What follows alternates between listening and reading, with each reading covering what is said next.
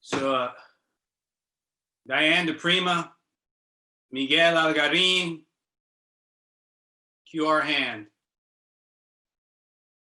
To better ancestors, y'all.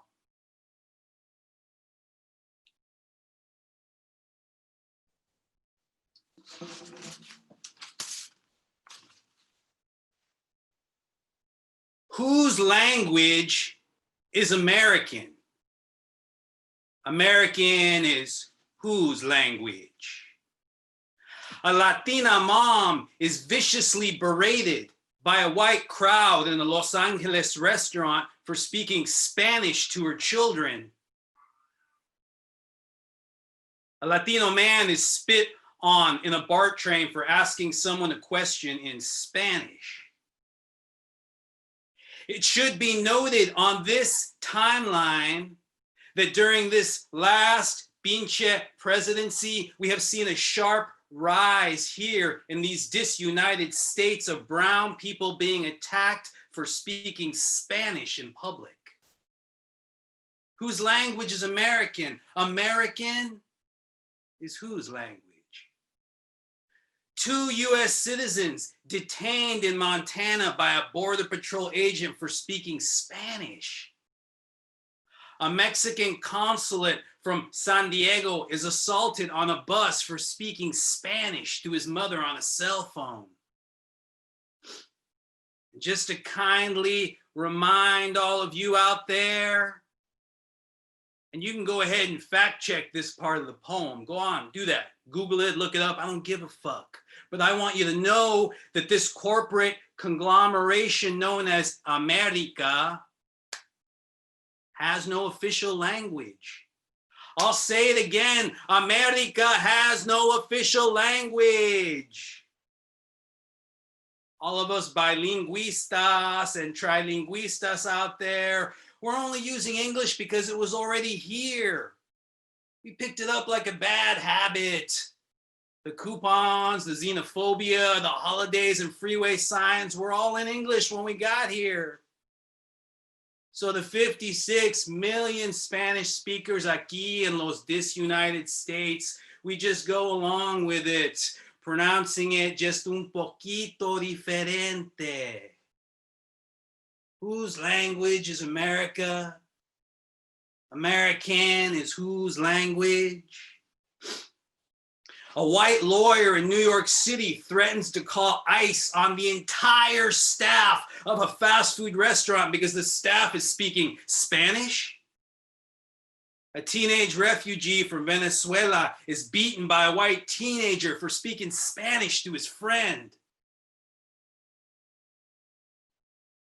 La pura neta, mi gente, is that when these MAGA linguists out there hear us talking on the Muni at the fast food spot at the Pulgar in front of the taco truck, these pendejos, these MAGA linguists actually think that we are plotting to overthrow the government on the morning commute.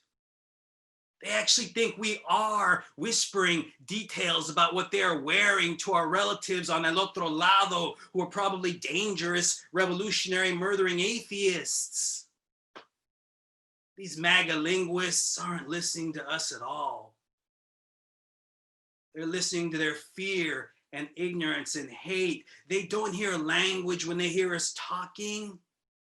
They hear an invasion, an occupation, an illegal border crossing. They don't hear language when they hear us talking. They hear a white man's job being stolen, his neighborhood invaded, his white woman violated.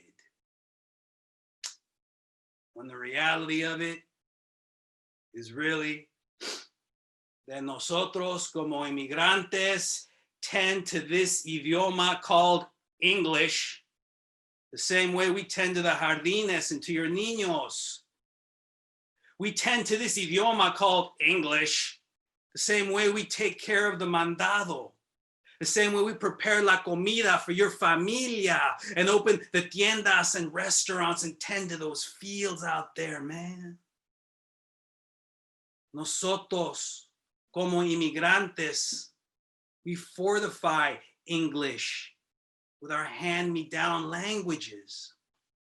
We bleed our historia into it.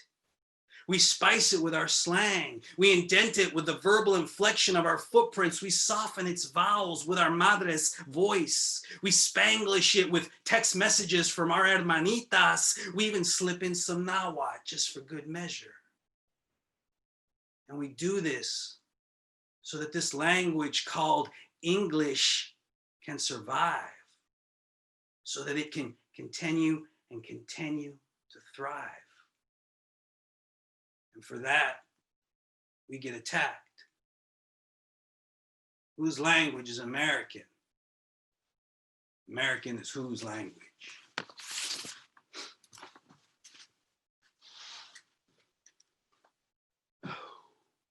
Ancestors and language, y'all.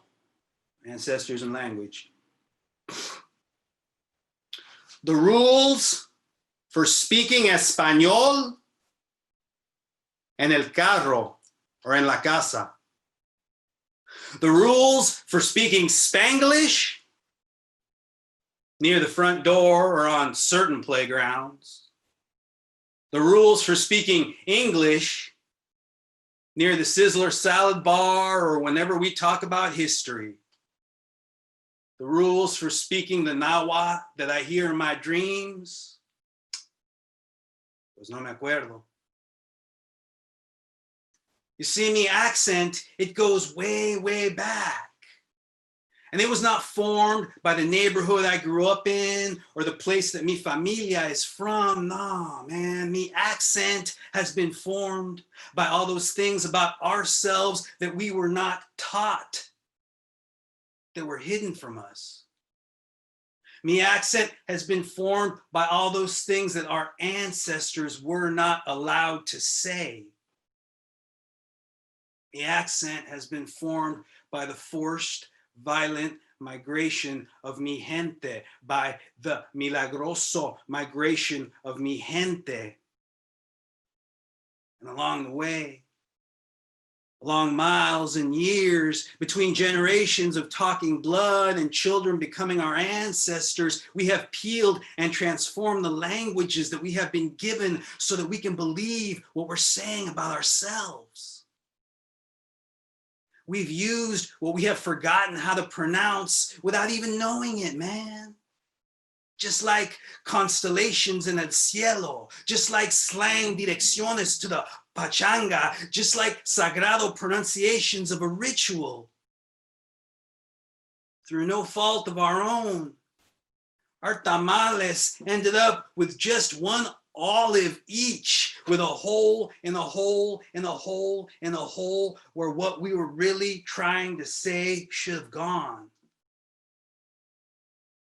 I remember cuando we were little, we spread the words out on our abuelita's kitchen table.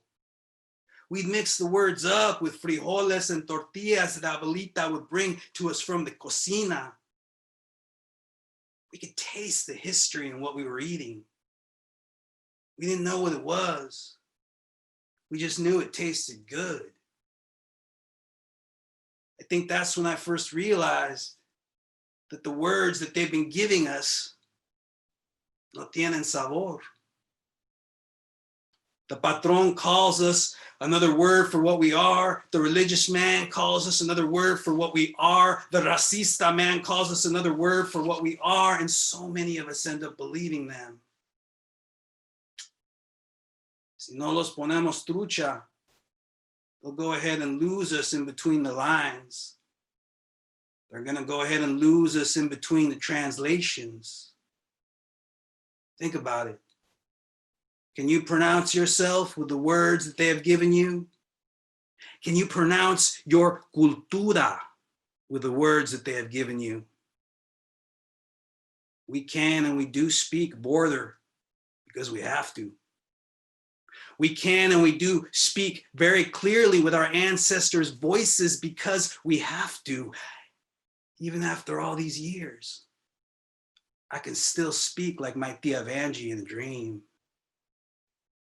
And I remember all of this cuando I pronounce and mispronounce these words.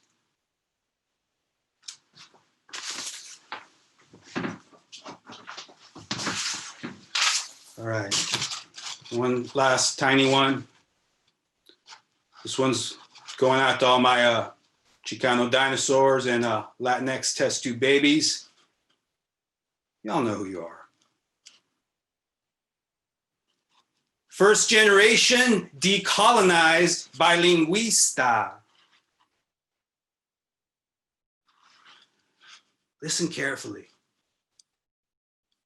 You have to blur your voz. We must be mindful and make the distinction that our mispronunciations are not their mispronunciations. After all, it is a completely diferente thing to mispronounce something because you're trying to colonize it than to mispronounce something because you're trying to get back to it. Because you see, mispronunciations of our histories, our births, our deaths, those are vital around here. So in order to counter that colonized desmadre, man, talk with a mouthful of abuelas. Talk out of the side of your mouth that doesn't speak English or Spanish. If you can get an ancestors of yours to mumble, I would encourage that. Shout, shout inside your rib cage so that the espíritus can hear the echo and find their way back here. So that they can know what kind of place we're in. So that they can know which direction we're going. Every single day, practice, practice, practice slurring the words that they have given us. Try to smudge their meaning as much as you can. You're really trying to get a tone that allows you to speak to one bone after another, so that eventually you'll have the entire esqueleto in front of you. And without a doubt, it's going to understand what you're saying.